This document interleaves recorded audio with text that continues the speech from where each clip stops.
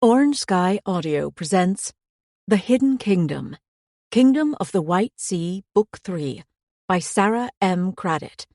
Narrated for you by Kimberly M. Wetherell. Prologue. Cian trapped the lament deep in his chest. He turned from the funeral pyre, leaving the devastating sight behind him. Dozens of Medvedev, mostly Dremain but some Celine, followed behind in dazed concert. It had taken weeks and many caravans to bring all the Celine home, and only hours to see their bodies spent to flame and ash. The largest share of the work had been taking the Celine through the Vale.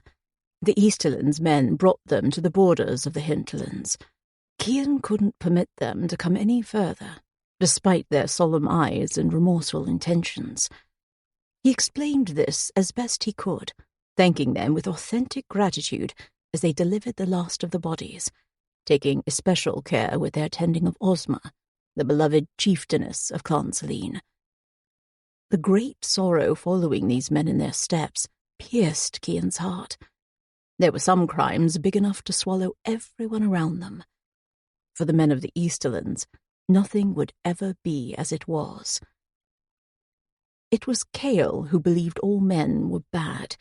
Cian saw there was yet light, even in those who would take it for themselves. Etne laid a hand between his sore shoulders.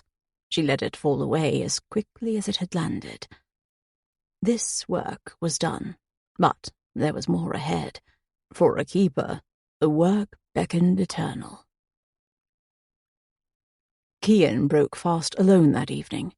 He preferred it this way, whispering his gratitude to the soil and the creatures who walked it, as the last sigh of orange light fell like a careful veil behind the trees, fleetingly restoring the branches to life in ethereal wonder. Cale had never understood Cian's solitude, but Cale wasn't a keeper. Cale didn't comprehend that a keeper was, by nature, alone. He couldn't shrug away his worries about leaving Cale to tend to their mother. Cale loved their mother, but that didn't shield her from his questions, his incessant challenges of her authority, her wisdom, her truths. Cian knew where it would lead, but it was not his role to come between present and future. There'd been no choice but to leave his home and come here. Only a keeper could choose and train new keepers. The few Celine remaining in their lands huddled in the shadows, saddled